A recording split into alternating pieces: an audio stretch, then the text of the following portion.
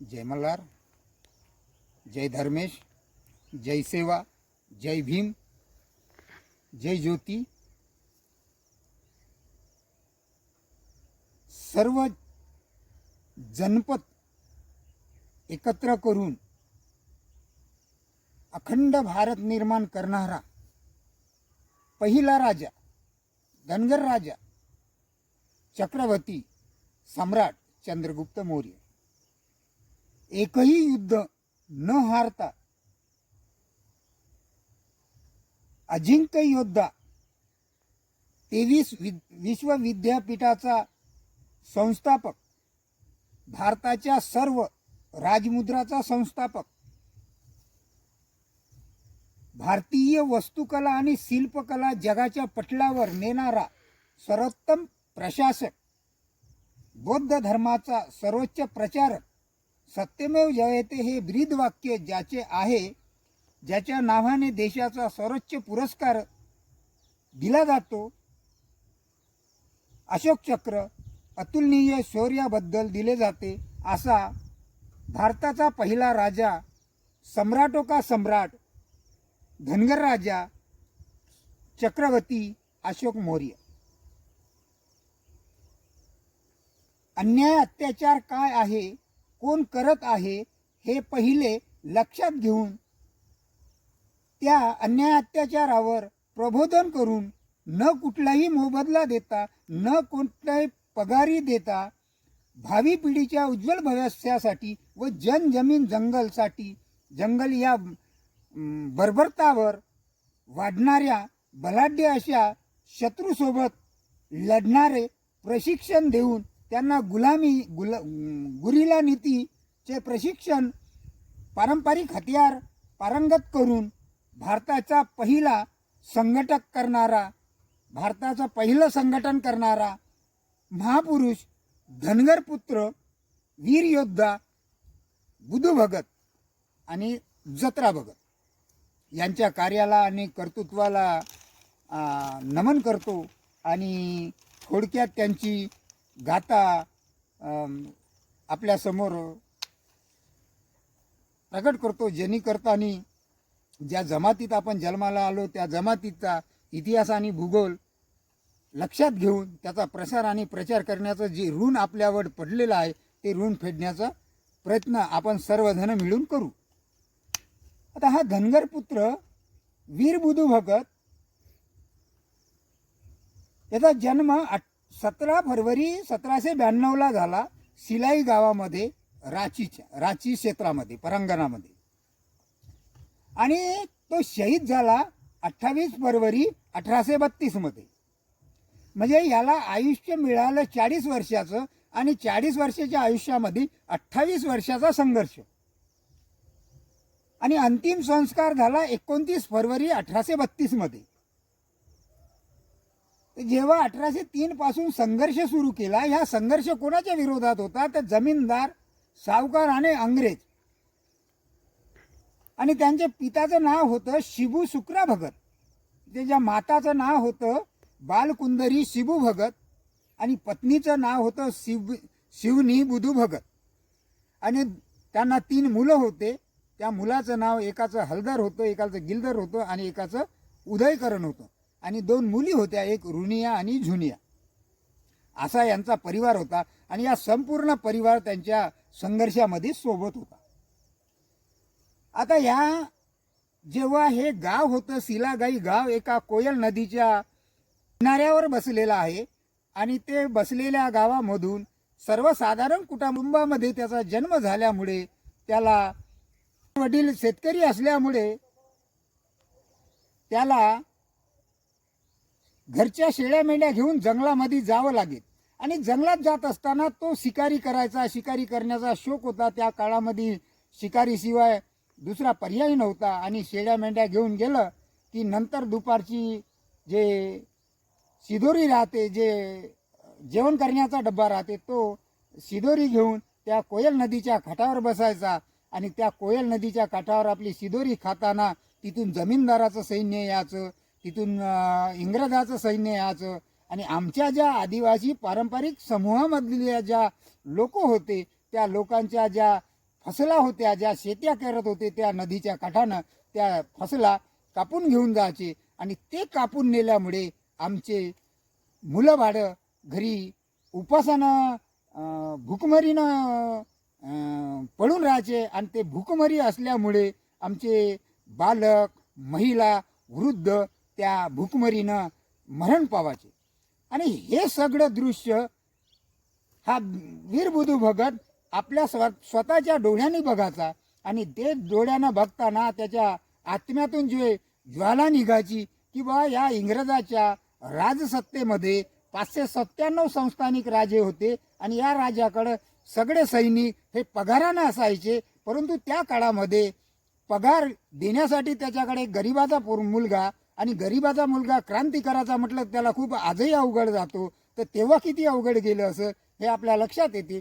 मग त्या काळामध्ये पगारी न देता कुठलाही मोबदला न देता पुढच्या भविष्याच्या भावी पिढीच्या उज्ज्वल भविष्यासाठी कार्य करायचं, तर मग याच्यावर त्यानं सोचणं सुरू केलं आणि मग एकांत वासामध्ये तो जास्तीत जास्त राहणं शिकला. म्हणजे जंगलात गेला की जंगलात त्या एकांत वासात राहायचा आणि मग तलवारबाजी, घोडेबाजी, पारंपरिक हत्यारामध्ये डांगी, तलवार, कुऱ्हाड ह्या सर्व पारंपरिक हत्यार होते, हे चालवण्यामध्ये तो पारंगत झाला. आणि तो पारंगत असल्यामुळे मग त्यांनी या सर्व अन्याय कोण करतो, अत्याचार कोण करतो आणि या अन्याय अत्याचारामुळे आपले बळी कोण जातात, कसे जातात याच्यावर प्रबोधन सुरू केलं. आणि मग गावागावात जाऊन प्रबोधन करून त्या लोकांच्या मनमेंदूमध्ये ते बिंबवून त्यांना एका संघटनशी बांधण्याचा प्रयत्न त्या काळामध्ये पहिला व्यक्ती जर करणारा असेल तर तो बुधू भगत असेल आणि त्याने ते करून दाखवलं. आणि ते संघटन केल्यामुळे मग त्या संघटनला प्रशिक्षण देण्यासाठी त्यांनाच ते प्रयत्न केला. परंतु आपण आता संघटन तयार केलं की लगेच त्याच्यावर गरिबाचा मुलगा म्हटल्यावर त्याच्यावर शंका येतो आणि ते शंका आल्यामुळे काही संघटक ज्या संघटनेमध्ये काही लोक आले त्यांनी काहीतरी प्रश्न उपस्थित केले का बा बुधू भगत खरंच तुम्ही जर महान आहे तर मग आम्हाला काहीतरी असं एखादं कृत्य करून दाखवा. म्हणून त्यांनी एका टुंगरीवर तीर धनुष्य जोडला आणि त्यांना सांगितलं का बघा माझा तीर धनुष्य कुठे जाते. आणि त्या टिंगरीवर ज्या वेळेस त्याने तीर धनुष्य मारला त्या धनुष्य मारल्याबरोबर त्या बाणाच्या ठिकाणून पाण्याचा झरा निघला. त्याला आज नाव वीरपाणी झरा म्हणून आजही तिथं रांचीमध्ये उपलब्ध आहे. त्या शिलाई गावामध्ये आपण प्रत्यक्ष जाऊन बघू शकता. आणि मग ते दृश्य त्या सर्व संघटनांच्या समोर आल्याच्या नंतर मग त्यांनी त्यांना देवदूत मानलं, एक दिव्य शक्ती प्राप्त असलेला पुरुष मानला आणि आपला नेता मानला. आणि मग सर्व संघटन त्याच्या आज्ञानुसार चालू लागले. मग त्या संघटनला त्यांना पारंपरिक हत्यारामध्ये प्रशिक्षण दिलं, त्यांना गुरुला नीतीचा अभ्यासक्रम शिकवला, ते प्रशिक्षण दिलं आणि त्यानुसार मग कोल विद्रोह सुरू केला. मग कोल विद्रोह सुरू करताना टिको आहे, पलामू आहे, लोहदगा आहे, अशा विविध क्षेत्रामध्ये जे ब्रिटिश यायचे, ब्रिटिशाचं सैन्य यायचं, जमीनदाराचं सैन्य यायचं, आमच्या ज्या जनजमीन जंगलशी निगडीत ज्या शेत्या होत्या, अनुसूचित जमातीच्या ज्या शेड्यूल ट्राईबमध्ये आज ज्या 47 जाती आहे, या सर्व 47 जातीतल्या काही लोकांच्या शेत्या होत्या आणि त्यांचा उदरनिर्वाह त्याच्यावर होता. त्याच्यामुळे त्यांची फसल कोणी कापून नेऊ नये याची दक्षता त्या संघटनेला घेतलं आणि ते संघटन कोल विद्रोहाच्या नावानं पुढे ब्रिटिशानं पुढे आणलं. कारण ब्रिटिशानं कोल कोणाला म्हटलं तर कोल विद्रोह हा आदिवासी समूहातला लोकांना म्हटल्या जाते ह्या ब्रिटिशाच्या भाषेमध्ये. म्हणून त्यांनी या वीरबुधू भगतच्या आंदोलनाला किंवा त्या लढाईला त्यांनी कोल विद्रोह असं नाव दिलं. आणि त्या कोल विद्रोहाच्या माध्यमातून मग पुढे पुढे लढाया चालल्या. इंग्रज सडोकी पळो झाले, परास्त झाले. काही ठिकाणी इंग्रजाचे छापे परास्त झाले, इंग्रजावर छापे टाकण्यात यांनी यशस्वी झाले. छापा मारा आणि निघून जावा. कारण तर गुरिल्ला नीती म्हणजे अशी होती की छापा मारा, लगेच त्या जागेवरून दुसऱ्या जागेवर स्थलांतर होऊन जा, म्हणजे ते जागा लवकरात लवकर सोडण्याचा प्रयत्न. म्हणून ह्या गुरिल्ला नीतीच्या जे सैन्य होतं या सैन्याजवळ सामान मोजकं राहायचं की लढाई केली छापा मारला, कापोकापी केली का लगत निघून जातं, कारण अन्यायावर लढणारी हे संघटन होतं आणि यांना कुठलाही मोबदला नव्हता. आणि हे बगर मोबदला न घेता आपल्या भावी पिढीच्या उज्ज्वल भविष्यासाठी लढणारं भारतातलं पहिलं संघटन, स्वतंत्र भारत करण्यासाठी हे लढणारं पहिलं संघटन. आणि मग या संघटनेच्या माध्यमातून जे गुरिल्ला नीती शिकवली आणि त्या नीतीच्या माध्यमातून आदिवासीला एक मुक्त केलं. आणि मग ब्रिटिश सडोकी पडो झाले. आणि मग ब्रिटिशाच्या विल्किसननं कमिशनर होता, त्या कमिशनरनं त्या काळामध्ये वीर बुधू भगतला जिंदा या मुर्दा पकडण्याचं आव्हान केलं. त्याच्यावर बक्षीससुद्धा 1000 रुपये त्या काळात ठेवलं होतं. आणि त्या काळातले 1000 रुपये म्हटलं तर आजचे आपण अंदाज लावू शकतो. तर त्या काळामध्ये 1000 रुपये इनाम ठेवल्याच्या नंतर सुद्धा एवढ्या सारे लोक असताना सुद्धा ते 1000ला न जुमानता त्यांना वीर बुधू भगतची जे प्रेरणा होती हे अतिशय प्रिय होती. त्याच्यामुळे त्या 1000 रुपयाचा कुठेही कोण्याही समूहावर पाहिजे तेवढा प्रभाव पडला नाही. आणि कोणी त्याला वीर बुधू भगतचा पत्ता सांगितला नसल्यामुळे ब्रिटिश पुन्हा भोकलावल्या गेले. आणि ब्रिटिश बोकलावल्यामुळे त्यांनी टिकोच्या क्षेत्रामध्ये जेवढे काही गावं होते त्या गावातल्या लोकांना बंदिस्त केलं. आणि ते बंदिस्त केल्यामुळे मग ते बातमी वाऱ्यासारखी बुधू भगतपर्यंत पोचली. आणि जशी बुधू भगतपर्यंत ती बातमी पोचल्याबरोबर लगेचच बुधू भगतचं सैन्य त्या टिको गावाच्या क्षेत्रावर आलं. त्याचे मुलं होते हलदर आणि गिलदर, आणि त्यांनी इंग्रजावर अटॅक केला. त्यामध्ये बुधू भगत बी होते. आणि त्यांनी अटॅक करून आपल्या ब्रिटिशाच्या सैन्याला कापून काढलं आणि आपल्या सर्व लोकांना मुक्त केलं. कारण जमीन जंगलमध्ये राहणारा वीर पुरुष म्हणजे जंगलचा खडा न खडा जाणलेला हा धनगर पहिल्यापासूनचा आहे. या भारताचा सम्राटो का सम्राट जर धनगर होता, आजही आमचे सम्राट आहे. परंतु त्यानंतर ते कापून काढल्याच्या नंतर पुन्हा बी विल्किसन त्या इंग्रजाचा कमिशनर पुन्हा भोकलावला. मग त्यांनी काही दिवसांनी म्हणजे 1829-30 मध्ये कॅप्टन इम्पेला ते जबाबदारी दिली आणि त्याला बोलावून घेतलं का बा आपल्याला बुधू भगतला जिंदा या मुर्दा पकडायचा आहे. आणि ते त्याच्यावर हे दिल्याच्या नंतर त्याला सुद्धा बरेचदा बुधू भगतनं आणि त्यांच्या सैन्यानं परास्त केलं. परास्त केल्यामुळे इंग्रज असे बोकलावले होते की जेणेकरून या राजी क्षेत्रामध्ये त्यांना कुठलंही असं म्हणजे एक पारंपरिक काही ठाम असं बसवता आलं नाही, बस्तान असं बसवता आलं नाही. त्यामुळे इंग्रज घाबरून गेले. आणि घाबरून गेल्यामुळे त्यांना बुधू भगत जिंदा या मुर्दा पकडणे हे अतिशय महत्त्वाचं ठरलं म्हणजे मानलं. आणि त्या महत्त्वाचं मानल्यामुळे त्या क्षेत्रामध्ये ज्या ज्या ठिकाणी संस्थानिक राजे होते त्या राजाचं सैन्य सोबत घेऊन काही सैन्य दुसरीकडून बोलवून ते सैन्य घेऊन मग त्यांनी त्या बुधू भगतच्या गावावर अटॅक करण्याचं एक नियोजन केलं. आणि ते नियोजन केल्यामुळे अचानक रात्रीच्या वेळेस त्या बुधू भगतच्या गावाला सिलाई गावाला त्यांनी घेरलं. आणि घेरल्याच्या नंतर लगेच बुधू भगतला लगेच समजलं. त्यांनी आपले सैन्य बोलवून घेतले 300 सैन्य. आणि यांचे असे 50 बटालियनचे सैन्य असताना सुद्धा वीर बुधू भगत न घाबरता गावकऱ्याचा या मुलाबाळाच्या आणि महिलाच्या विचार करून तो आत्मसमर्पण करण्यासाठी निघाला.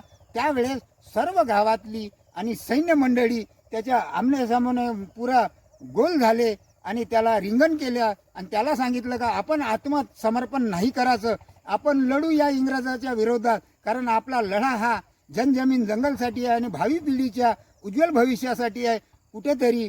आणि मग पुन्हा बुधू भगत थोडे थांबले आणि मग लढाईला सुरुवात झाली.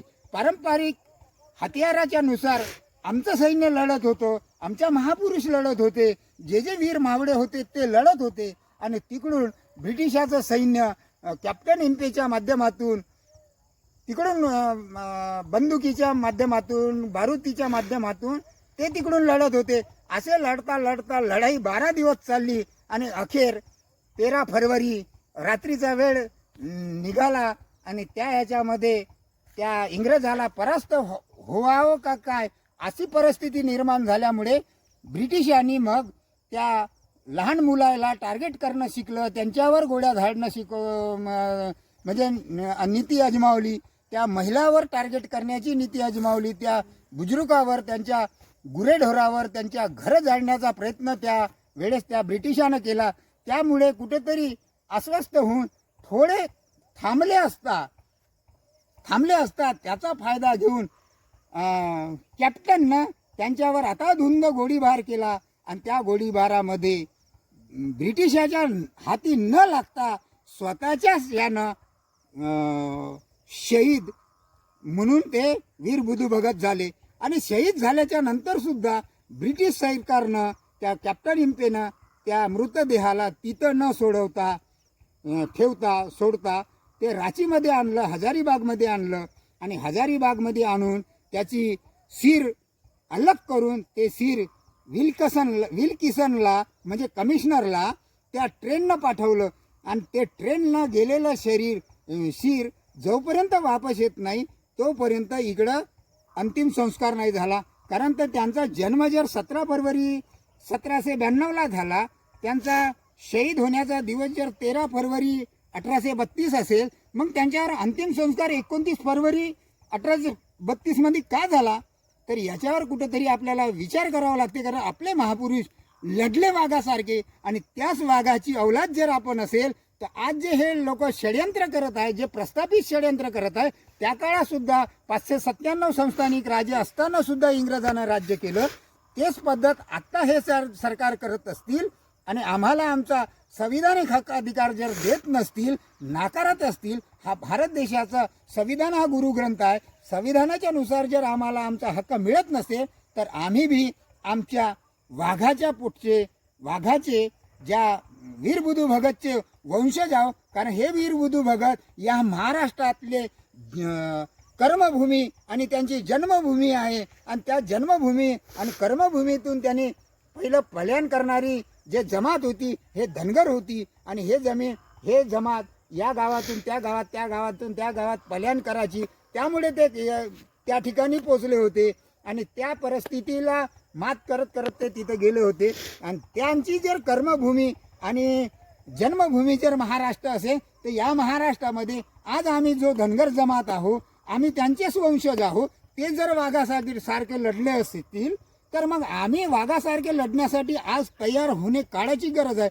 म्हणून माझं या व्हिडिओच्या माध्यमातून सर्व धनगर लोकांना, सर्व धनगर बांधवांना, सर्व नवतरुण मुलांना, सर्व महिलांना आव्हान आहे की बा आपला संविधानिक हक्क अधिकार ज्या कोणी हिरावलेला आहे की आपल्याला भेटून न देण्याचं षड्यंत्र हे जे प्रस्थापित लोकप्रतिनिधी त्या संविधानाच्या शक्तीनुसार तिथं गेलेले आमच्या नागरिकाची खऱ्या अर्थाने जबाबदारीची पालनपोषण करण्याची जबाबदारी त्यांच्यावर आहे. परंतु ती जबाबदारी त्यांनी झळकाळत कुठेतरी आमच्यावर अन्याय अत्याचार करण्याचं षड्यंत्र ते जर रचत असतील तर त्यांच्यासोबत आम्ही बी वाघाचे बच्चडे आहो, वाघाचे आमची औलाद आहे, आम्ही त्यांचे वंशज आहो. तर मग आम्ही बी तसे वाघासारखे लढलो पाहिजे आणि एकत्र आलो पाहिजे आणि कुठेतरी आपला इतिहास लोकांपर्यंत पोचला पाहिजे. जर हा इतिहास वीर बुधू भगतचा, वीर जत्रा भगतचा, सोनेरी पानाचा इतिहास जर लोकांपर्यंत पोचला तर मला नाही वाटत या रणमैदानामध्ये, ज्या रणमैदानामध्ये आज धनगर जमात उतरलेला आहे त्या रणमैदानामध्ये शत्रूच उरणार नाही. कारण हा इतिहासच त्या जमीन जंगलशी निगडीत आहे. म्हणून कुठेतरी महाराष्ट्रातील धनगर लोकांनी तो इतिहास लोकांपर्यंत पोहोचवण्याचं आणि ज्या जमातीमध्ये आपण जन्माला आलो ते ऋण फेडण्याचं कार्य करावं एवढीच तुमच्याकडून अपेक्षा आणि आशा करतो आणि थांबतो.